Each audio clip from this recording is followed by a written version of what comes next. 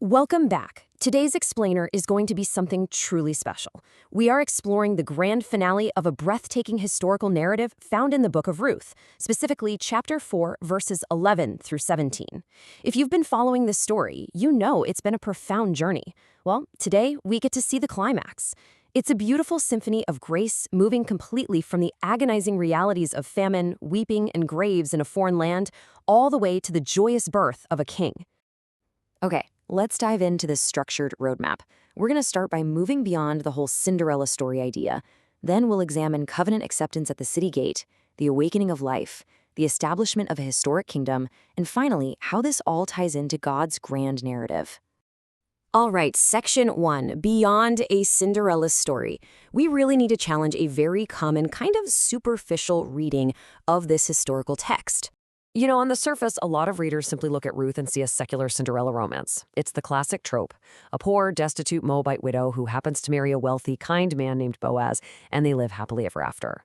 But the internal logic of the text absolutely demands a deeper theological view. It's like an iceberg. There's so much more beneath the surface. This isn't just about a change in personal fortune. It's a profound symphony of grace, rigorous legal redemption, and a total transformation of identity. There's this amazing saying, at the edge of destiny, God opens a door. And the narrative shifts so dramatically right here. The author uses 3 distinct, heavy, and theologically rich blessings from different groups in society to transition our focus. We move from Ruth's individual fate to God's massive design of bringing outsiders into his family and granting them a completely new identity. Moving right along to section 2, Covenant Acceptance at the City Gate. Let's look at this rigorous legal and societal redemption. Now, what's really fascinating here is the sheer weight of the historical curse Ruth was actually dealing with. According to the strict covenant law in Deuteronomy 23, Ammonites and Moabites were strictly forbidden from entering the assembly of the Lord, even down to the 10th generation. And remember, Ruth was a Moabitess. She carried this profound historical curse and a literal label of spiritual isolation. She wasn't just poor, legally and spiritually, she was totally, officially excluded, which makes what happens next absolutely shocking. So Boaz steps up at the city gate and legally pays the price to redeem Ruth. And in response, the reaction of the elders and the people at the gate is wild. They elevate this marginalized, cursed widow to the absolute highest status imaginable. They pray she becomes like Rachel and Leah, the literal matriarchs who birthed the 12 tribes and built the house of Israel. They even compare Boaz's new house to the house of Perez, born of Judah and Tamar, which is the foundational bloodline of Bethlehem itself. She isn't just reluctantly accepted, she is placed at the very core of their historical lineage. Think about how brilliantly this parallels our own story. Just as Ruth moved from being an outsider under a curse to a blessed insider, legally adopted because Boaz paid the price at the gate, the text points to a much broader spiritual reality for modern believers. Before grace, we were spiritual orphans, carrying a label of judgment.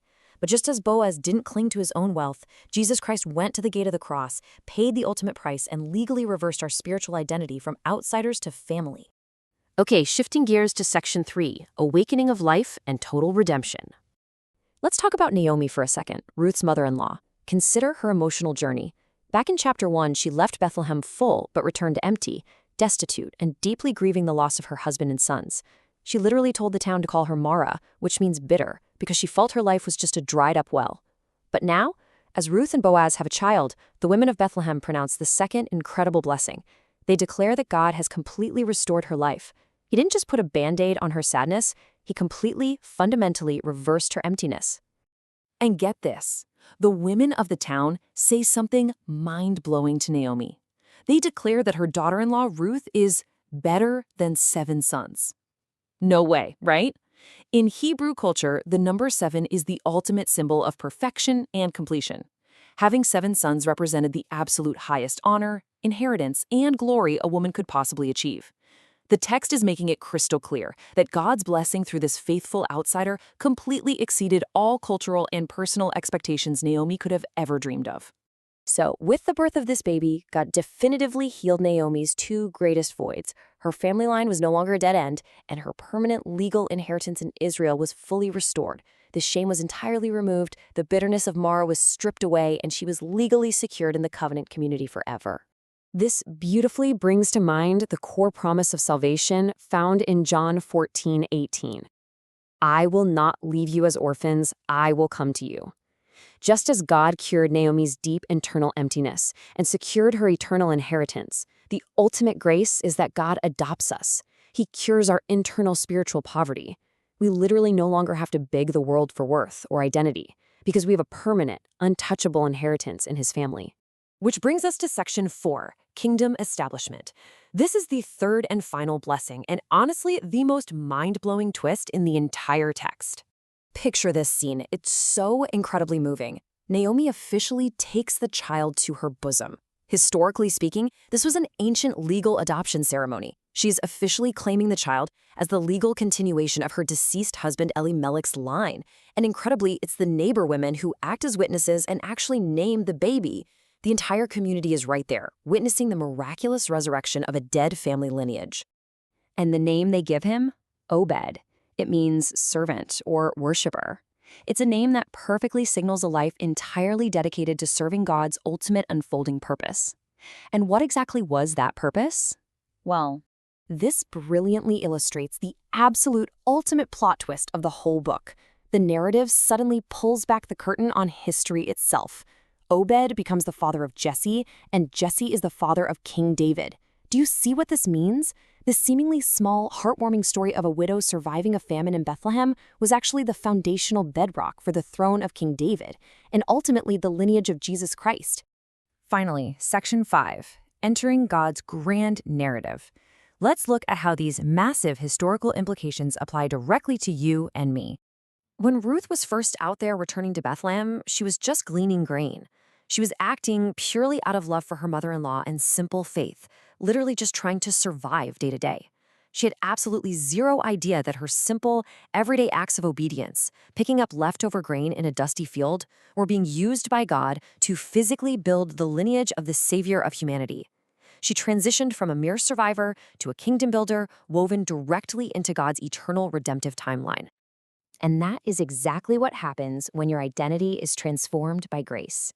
Look at this kingdom identity, a chosen generation, a royal priesthood, a holy nation. Just like Ruth, you might feel like an ordinary worker, a student, or someone just trying to get through the week. But when you are brought into God's family, your existence is no longer isolated or meaningless. Every single act of obedience, every sacrifice you make, holds indestructible, eternal value because your name is written in the book of life. So the crucial point is this. Do not focus on how much grain you gleaned today. Focus on the fact that you are now a child of the Master. This entire explainer really boils down to grace and an absolute identity reversal. It's not about what you managed to scrape together by your own strength. It's about the noble, totally secure status you've been freely given. So I'll leave you with this final provocative question. Now that you have entered God's grand plan, how will you live out this noble new identity?